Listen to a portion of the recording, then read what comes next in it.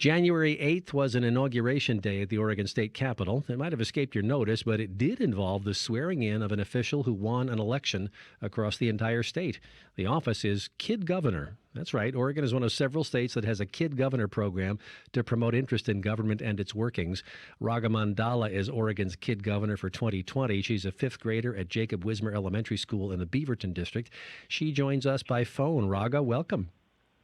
Thank you. Good morning. Good morning. We also have with us Mary Beth Herkert, who's the director of the Civics Education Program at the Oregon Secretary of State's office. Mary Beth, thank you for joining us once again. Thank you for having us. Start us off, if you would, Mary Beth. I mean, Kid Governor is just part of the overall civics offerings. Can you give us a bit of an overview? Well, we're just beginning to look at different programs that we can introduce into the schools. So Kid Governor is one. There are a couple others that we're in the process of looking to implement, including a program from Harvard University for high schoolers where they would be given cases of events in American history, and then they would be put in the position of a decision maker. We're also looking at developing a middle school program, and then even some programs for adults, whether that be trivia night or we just finished reproducing the original Constitution with a transcription so that people can actually see how it was originally written in 1857 and actually be able to read it because we transcribed it. Oh, right. Yeah, I remember talking about that a couple of years ago, about the refurbishing of that original document. Yes. Do the civics programs, are these born during Dennis Richardson's time as Secretary of State? The Kid Governor program definitely was. Mm-hmm. He had asked me when I was state archivist at the time what I wanted to do, and I told him I wanted a civics education program, and that January he went to the NAS conference, which is the National Association of Secretaries of State, and the Connecticut Center for Democracy was pitching Kid Governor, and he called me late at night and said, I have your civics education program. And so it was born from that, yes. He was excited, it sounds like, if he called you late at night. Yes, he was. And once I got to see the program, it was like, yeah, this is something we have to do. So, Raaga Mandala, where did you first hear about the Oregon Kid Governor program?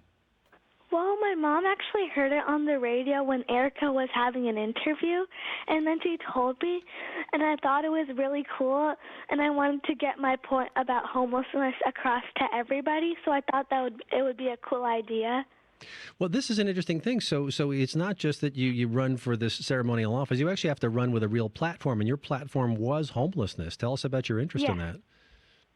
Well, so at first I was just cooking for fun at my house, but then my parents took me to a homeless shelter with Chasing Foundation where they cook and serve food. And so when I first served food, when I was first there, I was super scared. But then when I served food, I felt really good. So then I started to create a platform in which I could help the homeless and make an impact in their lives. So how did you actually get into the race? How do you get nominated for Oregon Kid Governor? Well, so first we had to make a campaign video. So you had to say your 3-point plan, and then what it was, and then your leadership qualities. And then these 6 or 7 judges or people pick the top 7 videos from all of them. And then the fifth graders across Oregon, they vote for their favorite video. They watch all the videos, and they vote. And then, what happened for me is that Mary Beth Herkert and all the Secretary of State's office came to my school and gave us a prize assembly, which was really cool. Did you have a feeling what was going to happen at that assembly once it was called?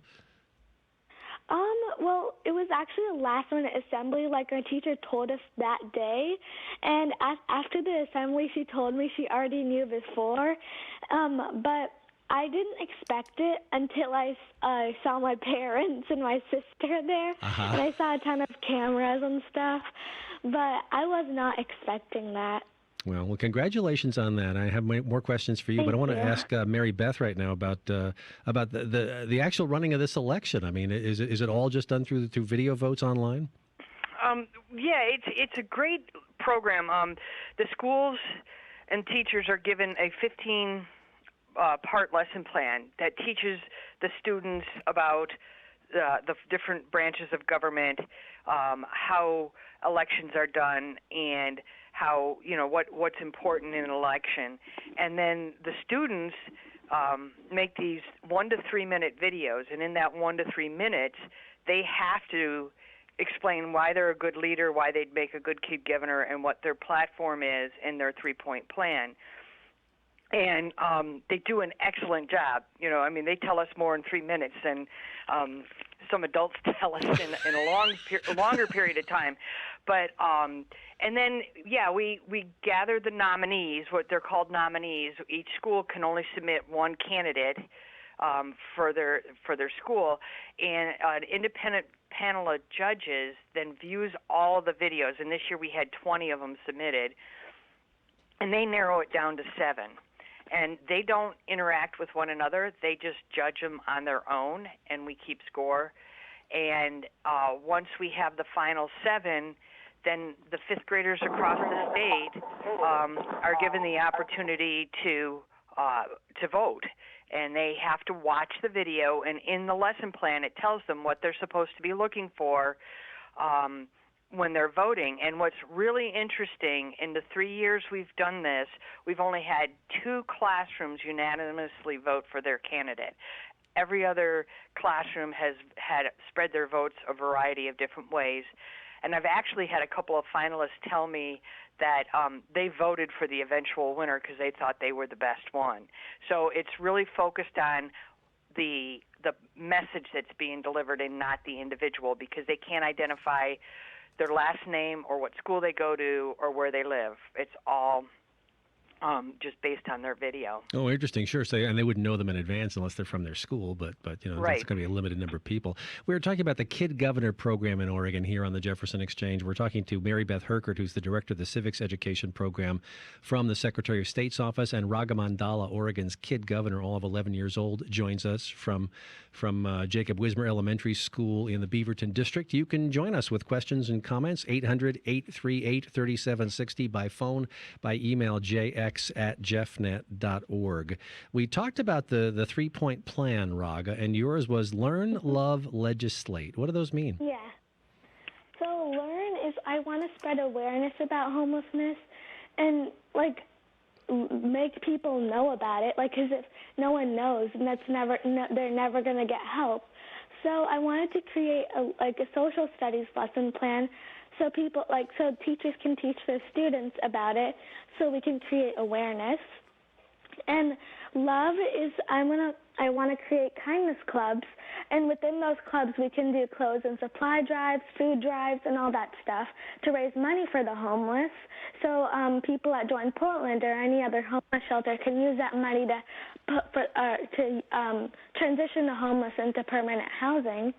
And legislate is that we can write to our legislators and write to them and make them or give them information about how we might be able to change the laws one day and help them and help end homelessness. So you mentioned serving food to homeless people and being a little scared of them at first. You think a lot of people are scared of homeless people at first anyway. How long have you been doing that, though? I mean, you've been actually at this for a while, it sounds like. Well, it's been 2 years, I think. I started off just cooking for fun, but then I started to go to homeless shelters and cook more and more, because I thought it was such a good opportunity, and I knew that the homeless people were very thankful, and I know they were very hungry, so that felt very good. So I just wanted to keep doing that. So now it's been 2 years. You did a fundraiser of some kind too, didn't you, Raaga? Yeah. Mm-hmm. Yeah, I did. Tell us about that. So so at first I was just cooking and making videos, and then I started doing fundraisers with my cooking. So I made food, and obviously my mom helped me a little bit, but I made food, and I started something called Raaga's Fun Kitchen, and then I've been having fundraisers maybe every couple of months, and I always either raise money for like my school or a homeless shelter, and I invite people to come and eat, and they'll give donations so I can give that to the homeless shelters. And you've raised how much money now? Well, in all of my causes, it's been like $4,000 to $5,000 raised for all together. That's very impressive. You are 11 years old, that's right? I'm 10 years old. You're 10 years old. Okay, I was jumping ahead. Wow, that's amazing. Congratulations on all you've been doing. Thank you. Have you met Governor Kate Brown yet, the true governor? No. No? Mm-hmm. I haven't. Mm-hmm. Do you have plans to fill her ears with talk about homelessness and solutions when you do? Yeah. Okay. Mary Beth Herkert, lay out the year ahead of Raaga. What is expected of her, and what will she do? And for God's sake, when will she meet Kate Brown? Well, we already have a pretty full schedule coming up. Raaga's going to be honored at the Royal Rosarians by the Royal Rosarians on Thursday night in Portland. In Portland, yes. And then next week we will be meeting with some people from the Department of Housing and Community Services here in Salem, along with one of the representatives who's asked to sit down and talk with Raaga. And then we are also going to a school down in Eugene so she can begin telling her message of love, learn, and legislate. And so as we move forward, what we're going to do is make sure that she completes her three-point plan, because that's what this is all about. And she will get to meet the elected officials as when she comes to Salem. We'll set up a time to do that, as we have with the other two kid governors.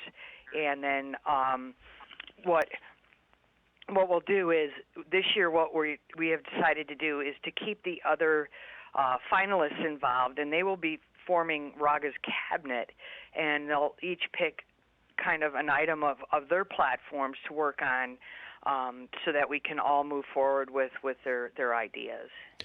How varied were the platforms? I mean, Raaga's was homelessness, obviously, still is, but how about the others? We had one for making playgrounds at schools disabled friendly. The young man who did that one, his sister's in a wheelchair, and he realizes the limitations she has with normal playgrounds and that sort of thing. We had a couple with pollution, and a couple with kindness. Different areas of how to move forward with kindness. So I noticed that promoting kindness in schools for Bella Malakzadeh in Pleasant Hill, and Carl Myers at Willamette Valley Christian School talked about lack of kindness. Yes. And I see also Abigail Akins from Prairie Mountain School talked about decreasing illiteracy. Yes. Yeah. So it's a pretty impressive scatter of issues that the kid governor finalists were talking about, and still are. Yes, I mean, it is really impressive when you see, and I think all of the videos from the 20 nominees are online, and if not, we'll be posting all of those online, so that you can see exactly how aware these fifth graders are, and how into doing something right they are. And it's amazing. I have been totally impressed. In the 3 years we've done this, we've had almost 60 videos turned in, and every year they get better and better. As long as I mentioned a couple of names, I'll give them all. Abigail Akins from Prairie Mountain School was one of the finalists. Akshara Ashok at Scholes Heights Elementary. Aurora Cunningham Mooney at Territorial Elementary. Bella Malakzadeh at Pleasant Hill Elementary. Ben Cow is the one who wanted to help kids with disabilities in the playground from Forest Ridge Elementary. And Carl Myers at Willamette Valley Christian School. Lack of kindness. These are the other finalists. Raaga Mandala obviously became Oregon's kid governor. That's the discussion topic here on the Jefferson Exchange. You're welcome to join the conversation at 800-838-3760 by phone, by email, jx@jeffnet.org. So this is the third year of kid governor. Is that right, Mary Beth? Yes. And are you seeing more interest in the program over time? Yes, we have. And what's really interesting is not only are we getting more interest from school districts in it, is the number of repeat classrooms. It seems like once they do it, they continue to do it. So that's great, because that means that kind of validates the program, is that they find it is worthwhile to continually put forward a nominee. And some of them move on and some of them don't. But it's just really nice to see that that consistency, and then the new schools getting involved. And this year we had a push for getting schools east of the mountains involved, and a lot of those were just voting classrooms, but at least they're voting and they're taking part in it that way. I want to ask Raaga, you obviously, there's another person who's been very much in the news during this school year, and that's Greta Thunberg from Sweden. I wonder if she's been any kind of inspiration to you.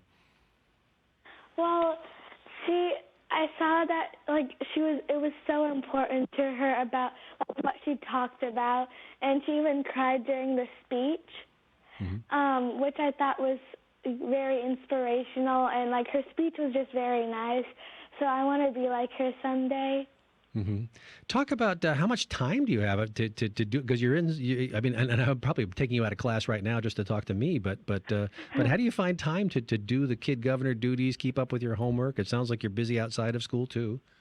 Yeah, I do a lot of after-school activities like dance. Most of my week is dance. I do 7 hours of dance every week. If I have homework, I set aside a specific time.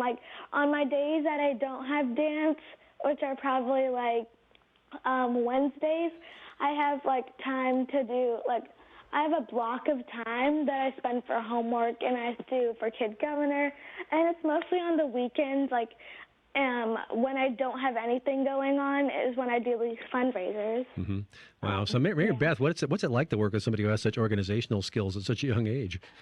Well, it's really interesting because all three of them have had that trait in common. I remember because Dom Peters, who was the first kid governor, he was very involved with sports and then with activities through other things, and that's what he always told everybody is that he has time set aside for all of this. So these are special kids. These are kids that really, they're going to be our leaders of tomorrow. They are organized. They are passionate. They are, very involved. And they're not just involved in one thing. They're involved in a lot of different things, which makes them more well-rounded. And I think what really does is it makes them more accepted. Last year's kid governor had just moved to Oregon within the past couple of months, and she was elected kid governor. So they have that trait of being organized, and they make that they're natural leaders. All right. Mary Beth Herkert at the Secretary of State's office. Thank you. Raaga Mandala, Oregon's kid governor, all of 10 years old. Congratulations, and thank you for joining us on the Jefferson Exchange. Thank you.